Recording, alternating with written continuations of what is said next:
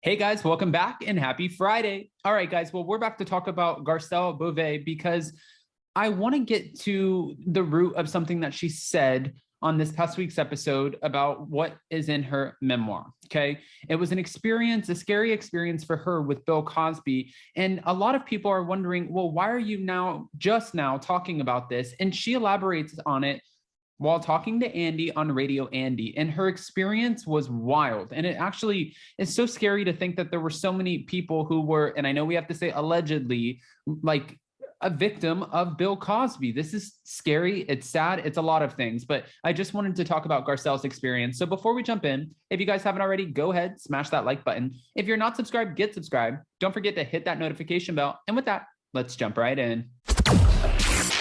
It's time for all your binge-worthy pop culture news. Welcome to Up and Adam. All right, guys, so it looks like Garcelle Beauvais is talking about, this experience with Bill Cosby amongst many other stories in her memoir, Love Me As I Am. Now, she said she was apprehensive about including this decades-old experience, but she's telling stories that she's never really told before, and that was part of her memoir, to open up about things that she's been holding in for a long time. She even mentioned on this past week's episode of The Real Housewives of Beverly Hills that she felt like by suppressing a lot of these stories, she's moved on. But then after she started writing about them, she realized she hadn't moved on. And I'm sure even an experience like this, it lives with you forever. She said, I'm a little scared because I'm sharing and I'm telling stories that I've never told.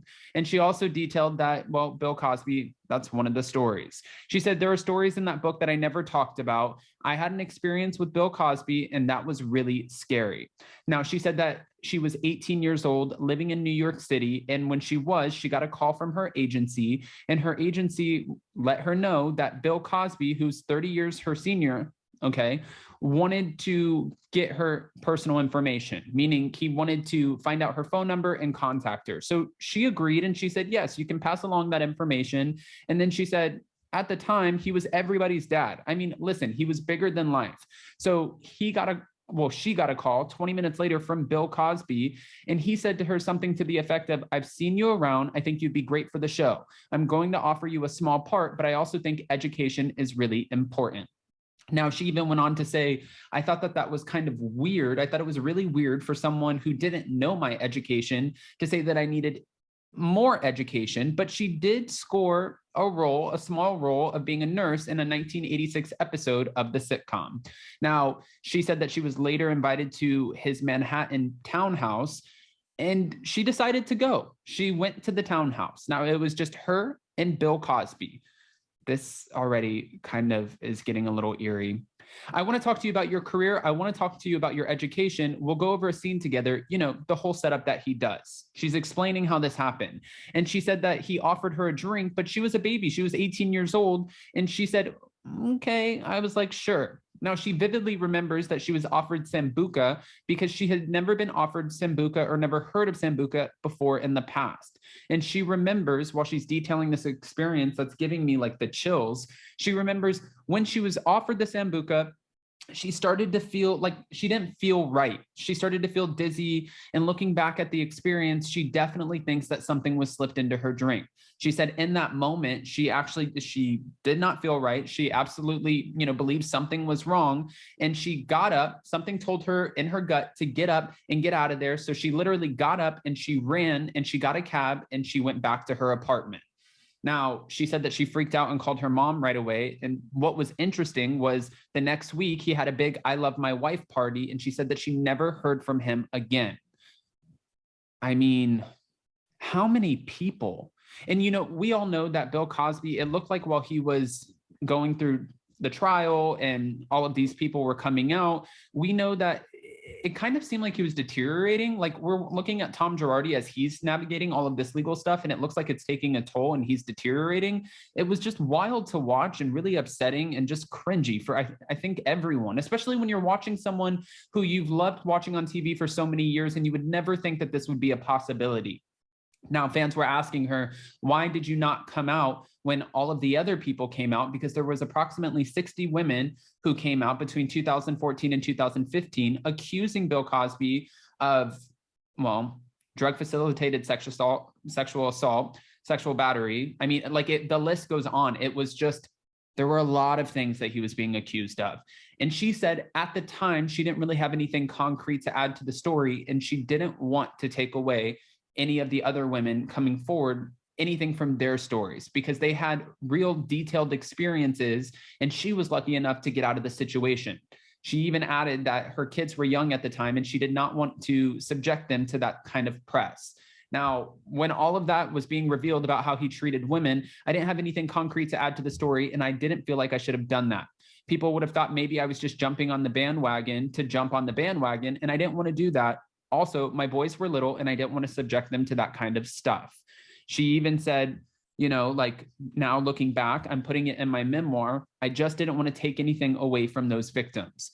For most of Cosby's alleged victims, the statute of limitations had passed by the time they went public with their claims, which blows my mind. But in 2018, he was found guilty of drugging Andrea Constand at his Pennsylvania home in 2004. However, last June, apparently all of his convictions were overturned based on a technicality, and he was released from prison, to which he did go on Twitter and said, I have never changed my stance nor my story. I have always maintained my innocence.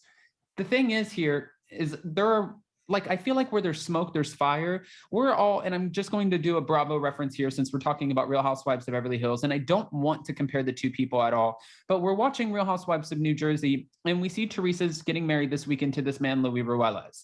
Well, he has a lot of people from his past, like at least 3 or more women from his past accusing him, coming out with these allegations, talking about what a bad person he was.